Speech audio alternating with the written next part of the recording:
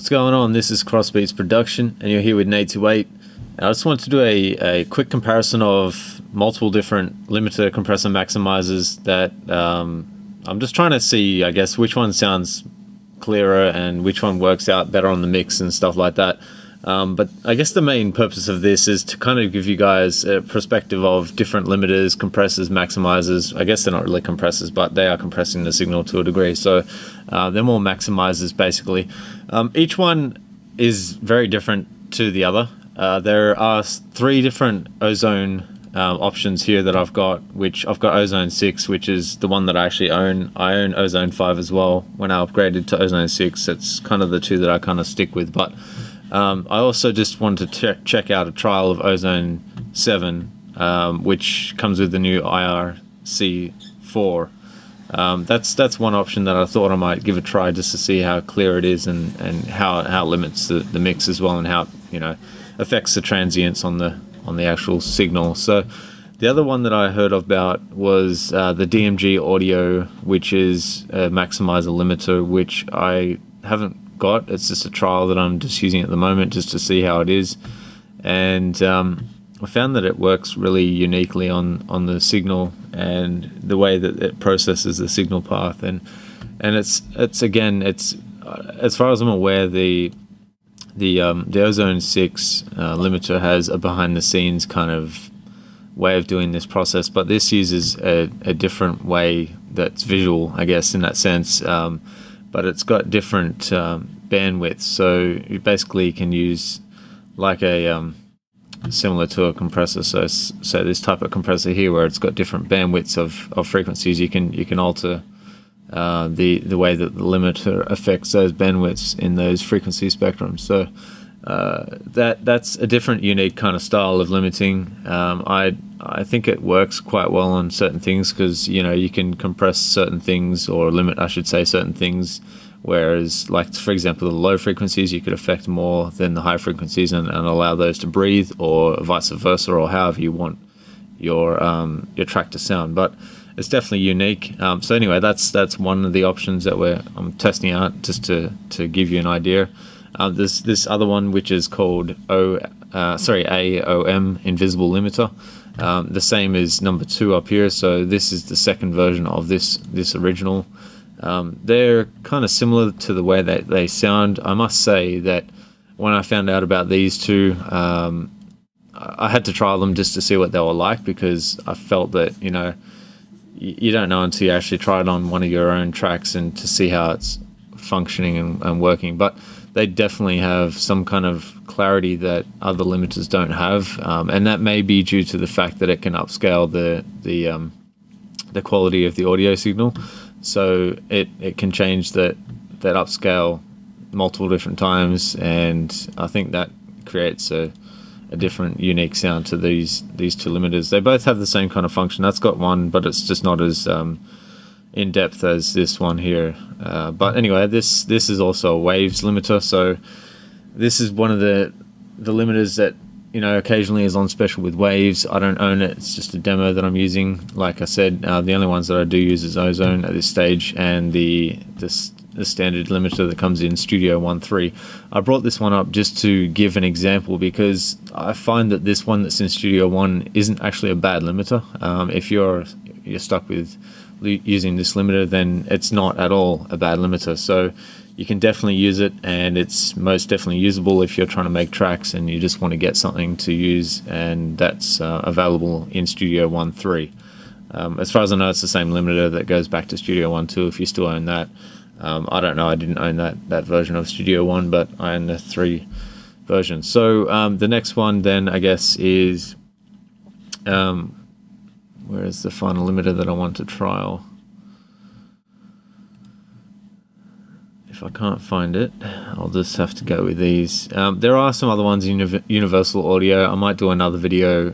Actually, I'll just leave it at these so we can just compare these limiters, and we'll stick with what we've got so far. So let me play the signal. Now, just so you're aware, with the limiters, each of them I've taken the threshold down to about -16 dB on these, and it maximizes that signal As you can see, it maximizes. I'll just pull this back down to 0.5. So it maximizes the signal all the way up to. I think we're taking out about somewhere about -4 dB, or limiting, compressing the signal to that amount. The same applies here. I've pretty much set all the frequency. Oh, sorry, all the limiters at about the same threshold, just so I could kind of get a similar kind of, I guess, comparison going on. But as I said, each of these are different. So without further ado, let's compare these and see what we come up with. So I'll just go each by each, and I've just got a loop played out on this track that I've got, and I'll just start comparing them and just see what you think.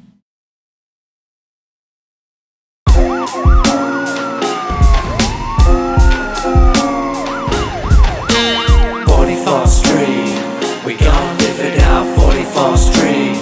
We gon' shout it out, 44th Street. We gon' be about what you gon' do. It's 44th now.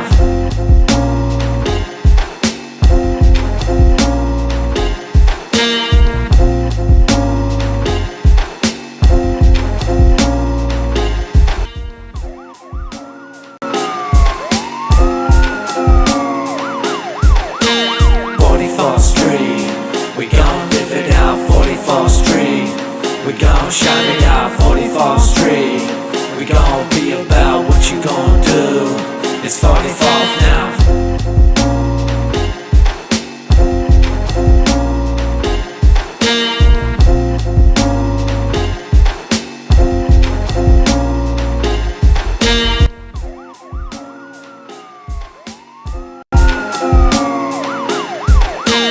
44th Street.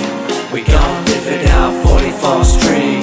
We gon' shout it out, 44th Street. We gon' be about what you gon' do. It's 44th now.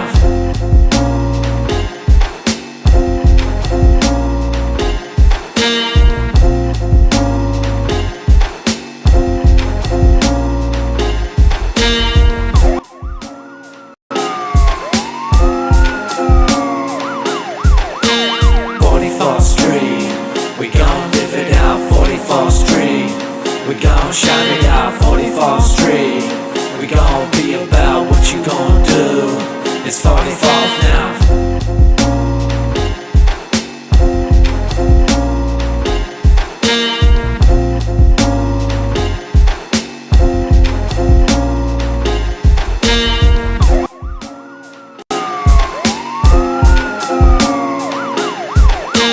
44th. We gon' live it out, 44th Street. Actually, before I continue, this limiter here, it actually will give you white noise. The same with this one, because they're just demos, so just be aware of that. Just listen to the clarity of this limiter, by the way, because it's quite good. I'll play it again.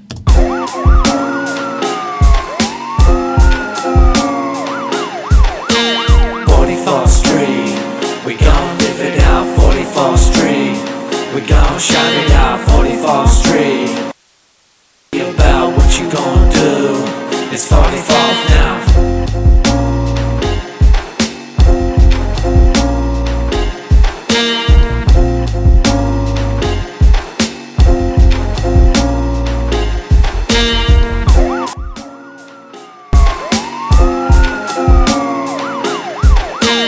44th Street.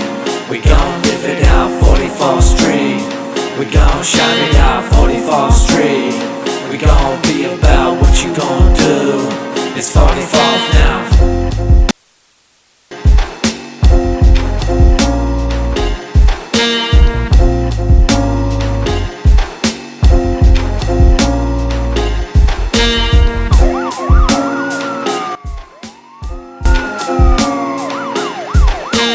44th Street.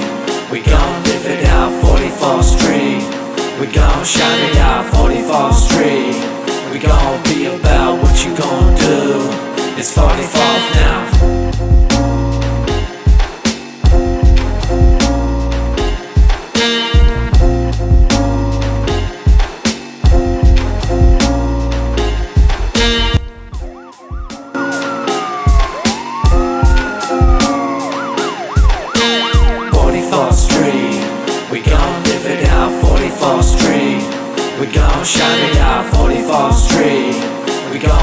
about what you gon' do. It's 45 now.